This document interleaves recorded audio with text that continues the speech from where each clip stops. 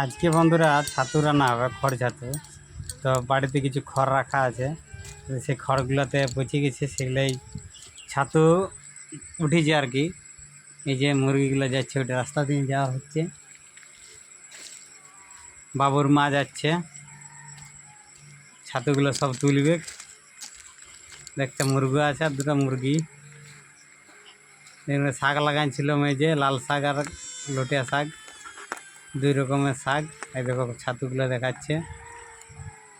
ওই দিকটাতেও আছে অনেকগুলো ছাতু। এই দেখো এখানে দুটো তিনটে আছে, ওইখানে দুটো তিনটে আছে, এরকম করে অনেকগুলো আছে। তো দেখো এই দেখো এখানে ছাতু আছে, ওই দেখো ছাতু, ওই দিকে মোটামুটি এক জামের মতো ছাতু। ছাতুই ছাতু, খড় ছাতু। এটা খুবই সুস্বাদু একটা মানে ছত্রাক। এটা খাইতে ভালো লাগে।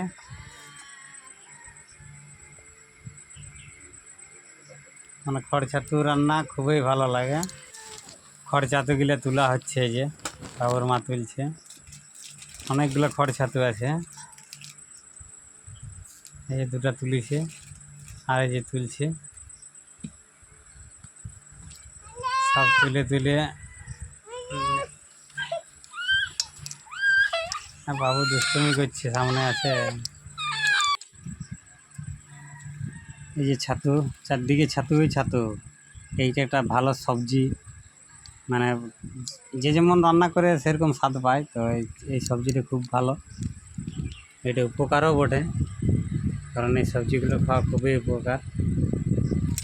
অনেকে ছাতু খায় নাই, কিন্তু ছাতু খাওয়াটা মানে কী বলবো, যে স্কিনের পক্ষে খুবই ভালো একটা সবজি, ফর্সা হবে এই ছাতু খাইলে। তো বন্ধুরা ছাতু অনেকগুলো তুলিছে, এই যে বাবুর হাতেও ছাতু আছে, আর বাবু একবার করছে চামচি করছে। অনেকগুলো ছাতু দেখছো, এই তুলা রেডি হয়ে গেছে ছাতুর। জল দিয়ে ধুয়ে ভালো করে, মানে বালি মাটি যা থাকবে সেগুলো একটা জল দিয়ে দিলে মানে সব পরিষ্কার হয়ে যাবে। এবার পেঁয়াজ গোটা কথা কাটিয়ে নিয়ে আর দেওয়া হবে। কিন্তু তিনটে পেঁয়াজ নেওয়া হয়েছে, তিন চারটে, এগুলো কাটা হয়ে গেল। কড়াই তেল, এবার তেল দেওয়া হবে গরম কড়াইয়ে। তেল দিয়ে দিচ্ছে বাবুর মা।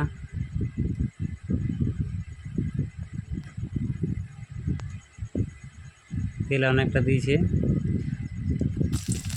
ফড়ং দেওয়া হচ্ছে শুকনো লঙ্কা,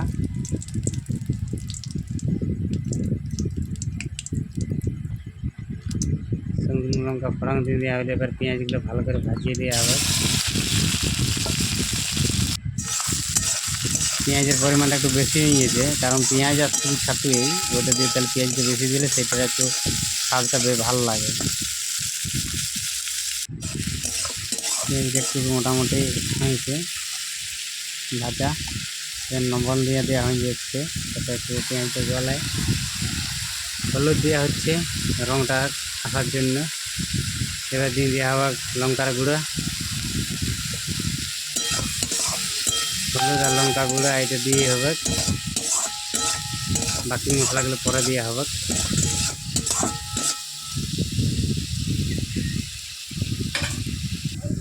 এবার ছাতুটাকে ধুয়ে ভালো করে নিগুড়ে আর কড়াইয়ে দেওয়া হবে।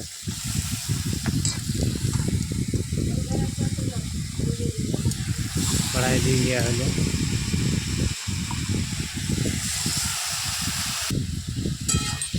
লাড়ি চাড়িয়ে ভালো করে এবারে মশলাটা মাখিয়ে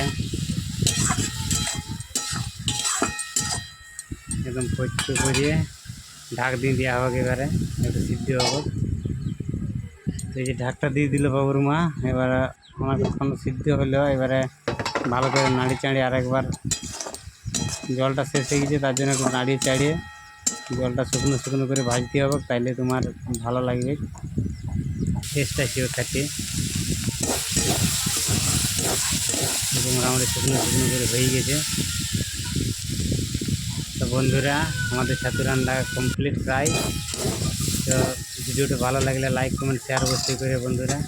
তো নতুন দেখা হচ্ছে নতুন একটা পরের ব্লগের সাথে। সবাই ভালো থাকবে।